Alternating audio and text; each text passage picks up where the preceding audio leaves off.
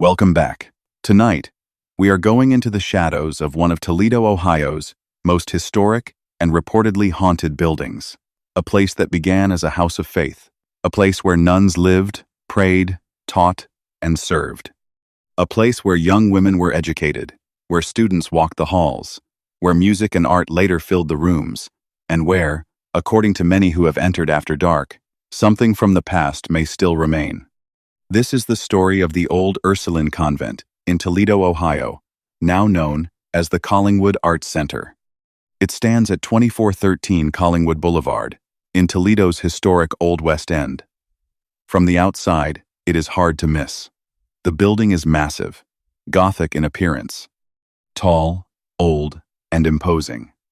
It has the kind of architecture that already feels like it belongs in a ghost story before you even know anything about its past.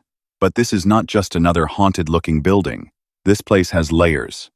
It has religious history, educational history, college history, artistic history, and now, a very strong paranormal reputation.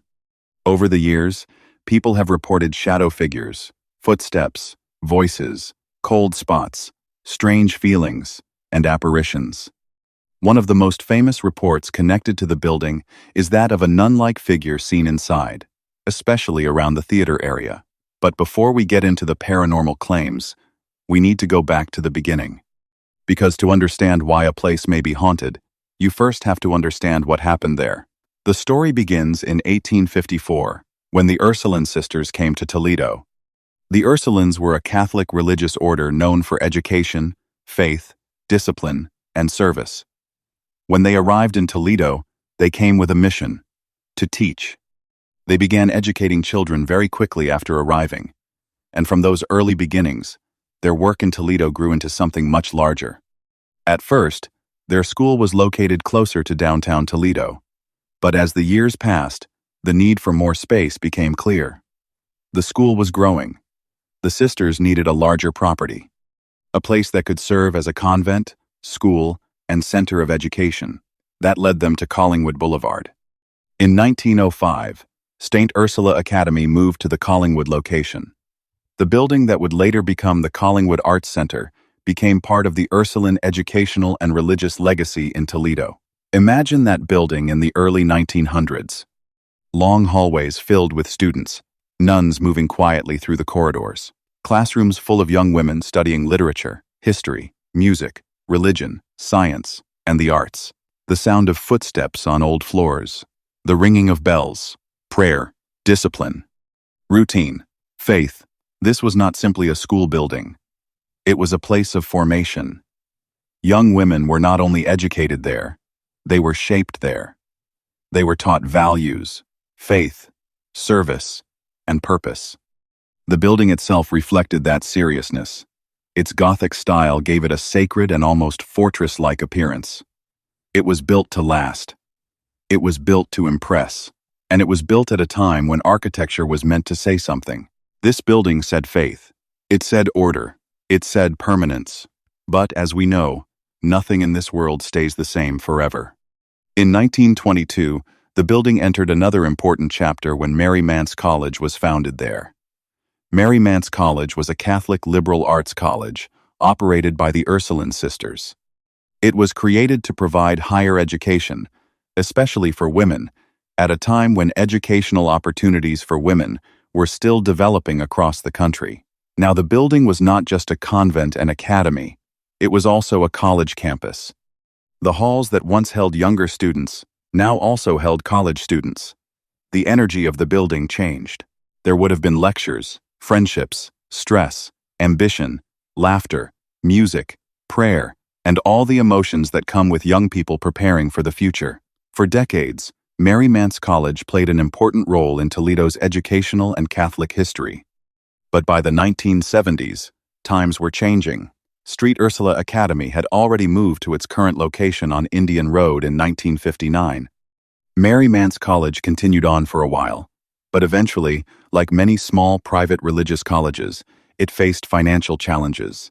Mary Manse College closed in 1975. That closing marked the end of a major chapter in the building's life. And when a building like that changes purpose, something emotional happens. For decades, people had lived, studied, prayed, and worked there. Generations had passed through those halls. Nuns had dedicated their lives there. Students had grown up there. Teachers had taught there. A college had risen and fallen there. Then suddenly, the purpose was gone. Buildings remember that. Maybe not in the way people do, but old buildings hold impressions. The walls absorb sound. The floors carry the wear of thousands of footsteps. Rooms that were once full of life can feel strangely heavy when they become empty. And for places with a long religious past, that feeling can become even stronger. After the college closed, the building eventually found new life. In 1985, it became the Collingwood Arts Center. That transformation may have saved the building. Instead of being lost, demolished, or forgotten, it became a home for artists, performers, musicians, and creatives. Today, the Collingwood Arts Center is known as a historic arts facility. It has studios, theaters, creative spaces, and event areas. Artists work there. Performances take place there. The building continues to serve the community, but in a very different way than it did under the Ursuline Sisters. That is one of the most interesting things about this location. It was once a place of prayer, then a place of education, then a college, then an arts center. Each generation left something behind, and according to those who believe the building is haunted, some of that past may still be there. Now let's talk about the paranormal reports. The Collingwood Arts Center has become known as one of Toledo's most haunted locations. Some even refer to it as one of the most haunted buildings in Ohio. The location has hosted public and private ghost hunts, and it has attracted paranormal investigators from both local and national groups. It was even investigated by the television series Ghost Hunters. But long before television cameras and public ghost hunts, stories were already connected to the building. One of the most repeated claims is the apparition of a nun. Witnesses and paranormal groups have reported seeing what appears to be a nun-like figure inside the building. Some stories connect this figure to the theater area. Others simply describe a woman in religious clothing seen where no one should be. Now, when you have a former convent and Catholic school, the image of a ghostly nun is powerful. It immediately connects the paranormal claim to the history of the building.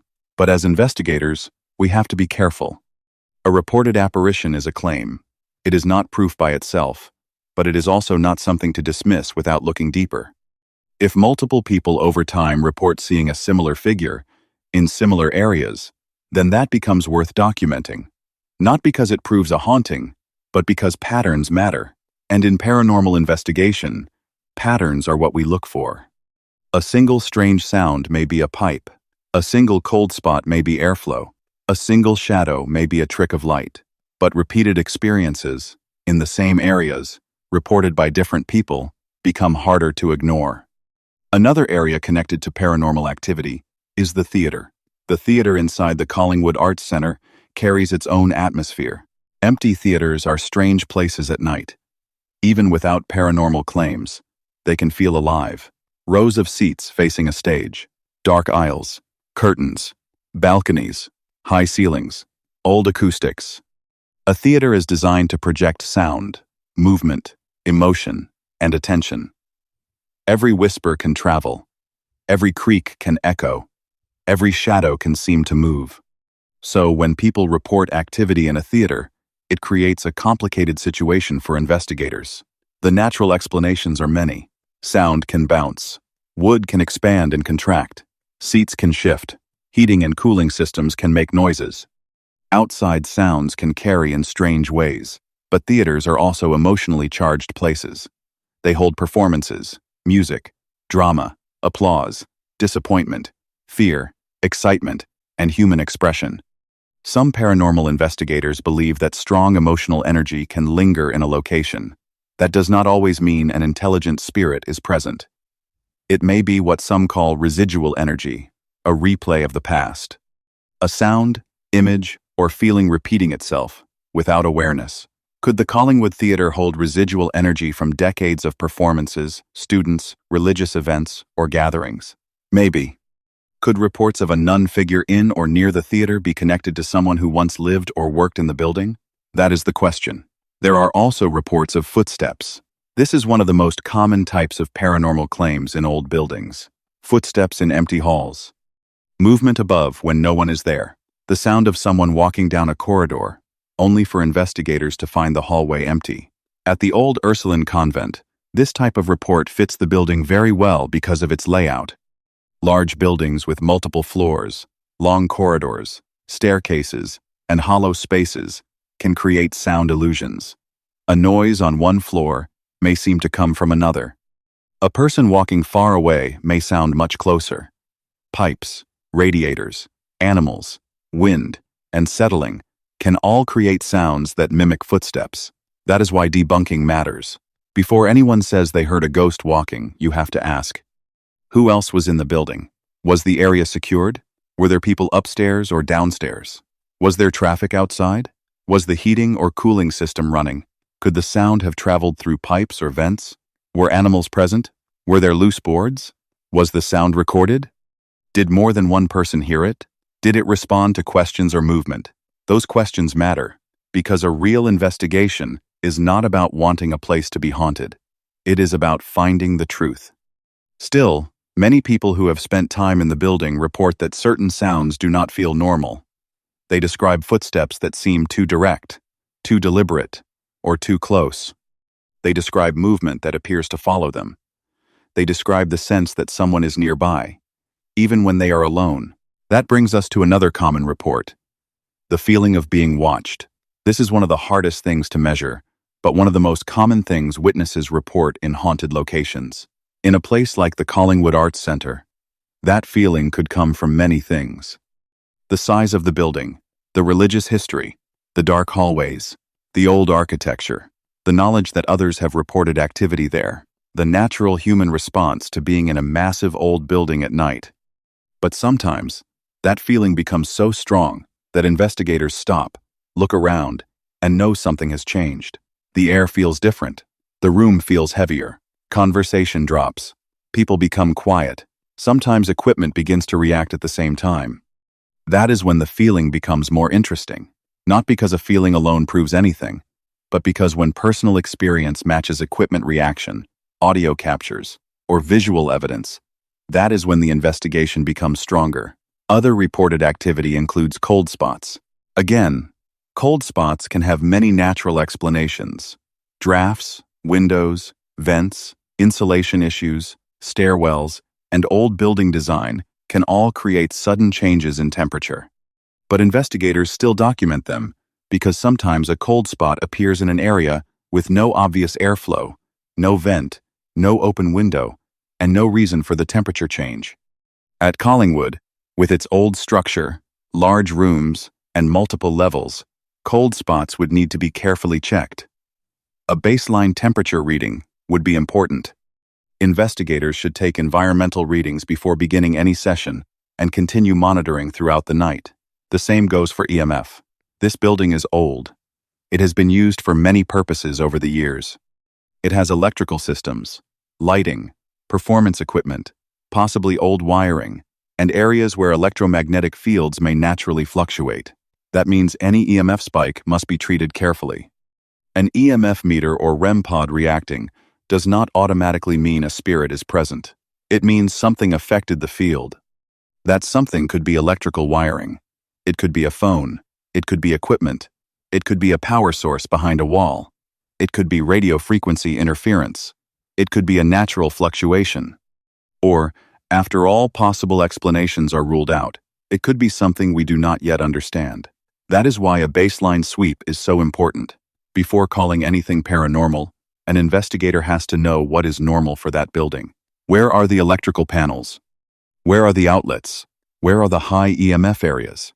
Where do phones lose signal? Where do radios pick up interference? Where does sound travel strangely? What rooms have drafts? What doors move from air pressure? What areas are naturally colder? Only after that can you begin to separate the building from the unexplained. And the Collingwood Arts Center is exactly the kind of location where that matters, because it is not an empty house with a simple layout. It is a huge historic structure with multiple uses, multiple floors, theater space, studio space, old rooms, and decades of renovation and change. That makes it fascinating, but it also makes it difficult. Another reported phenomenon is shadow figures. Shadow figures are often described as dark, human-shaped forms that move quickly through hallways, doorways, or peripheral vision. Some people report seeing them standing still. Others say they move across a room or disappear around corners. At Collingwood, reports of shadows fit the environment. Long hallways, changing light, old windows, theater darkness, and large spaces can create natural shadows. But again, when shadow figures are reported repeatedly in specific areas, investigators pay attention. A good investigation would involve static cameras placed down long corridors, in the theater, near stairwells, and in areas where shadow movement has been reported. Lighting conditions should be controlled. Any outside light sources should be noted. Investigators should avoid walking through camera angles, unless identified, because if you are going to claim a shadow figure, you need to rule out people, equipment, reflections, insects near the lens, flashlight movement, and camera artifacts. That is the work. That is what separates entertainment from investigation. Voices have also been reported. Disembodied voices are among the most compelling claims in any haunted location, but also among the easiest to misinterpret. Old buildings carry sound. A voice from another floor can travel through vents or stairwells. People outside can sometimes be heard inside. Investigators may accidentally contaminate their own audio. Whispering, movement, and equipment noise can be mistaken for voices. That is why controlled EVP sessions are important. During an EVP session, everyone must remain still. Investigators should identify every sound out loud. Coughs, footsteps, stomach noises, chair movement, clothing, rustle, cars passing, doors closing. Then, if a voice appears on the recording that no one heard in real time, and there is no known source, it becomes worth reviewing. At a place like the old Ursuline Convent, the questions practically write themselves. Is there anyone here who lived in this building? Were you one of the sisters? Did you teach here? Were you a student? Do you remember Mary Manse College? Do you remember St. Ursula Academy? Do you know this is now an arts center? Do you still come here to pray? Do you still walk these halls? Are you attached to this building? Do you want people here? Are you watching over this place?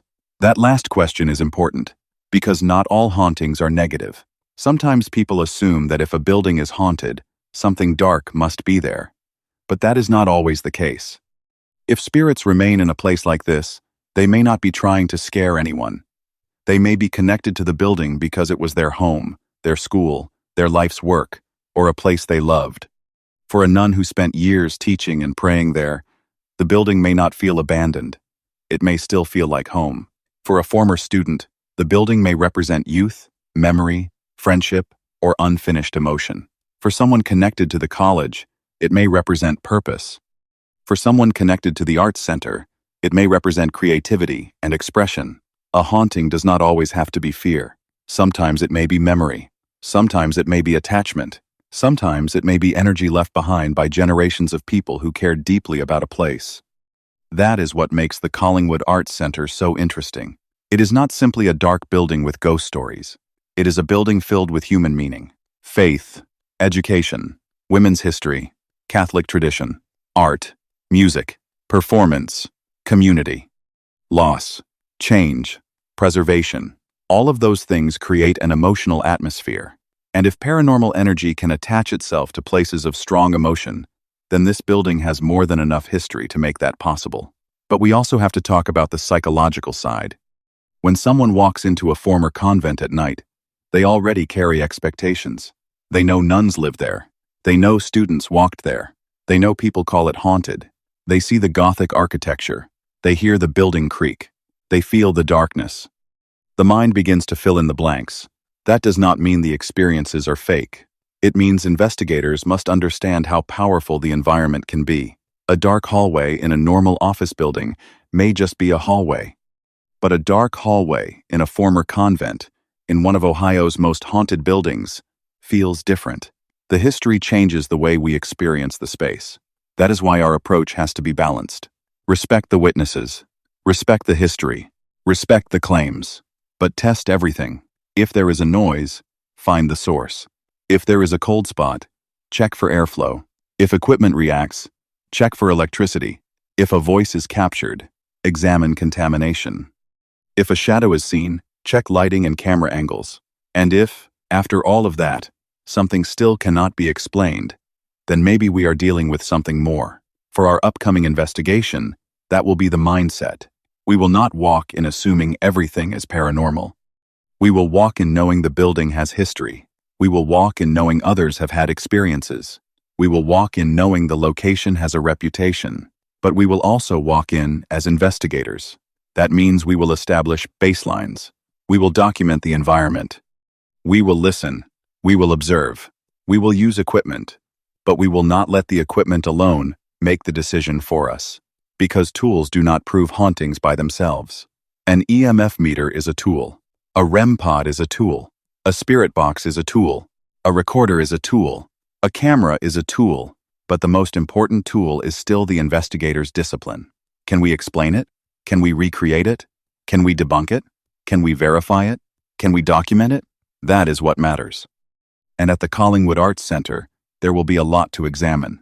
The theater, the hallways, the stairwells, the lower levels, the older areas, the places connected to reports of shadows, voices, footsteps, cold spots, and apparitions. And of course, we will be paying close attention to the stories of the nun-like figure. If that figure is only legend, then we may find nothing. But if there is something to the reports, then maybe the building still holds the presence of someone who never truly left. Someone who still walks the old halls. Someone who still watches over the building. Someone tied to a life of faith, education, and service. That is the question we will carry into the investigation. Who, if anyone, is still there, and why? One of the most fascinating parts of this location is that it has not been forgotten. Many haunted places become abandoned. They decay. They are closed off. They fall apart. But the Collingwood Arts Center is still alive. Artists still create there. People still gather there. Events still happen there. The building still has purpose. That may change the energy of the haunting, if there is one. Some spirits, if they remain, may be disturbed by change. Others may welcome it. A building that once served faith and education now serves art and creativity. In a way, it is still a place of expression. It is still a place where people come to grow, to learn, to create, and to leave a piece of themselves behind. Maybe that is why the building continues to draw people in. It has always been about human expression.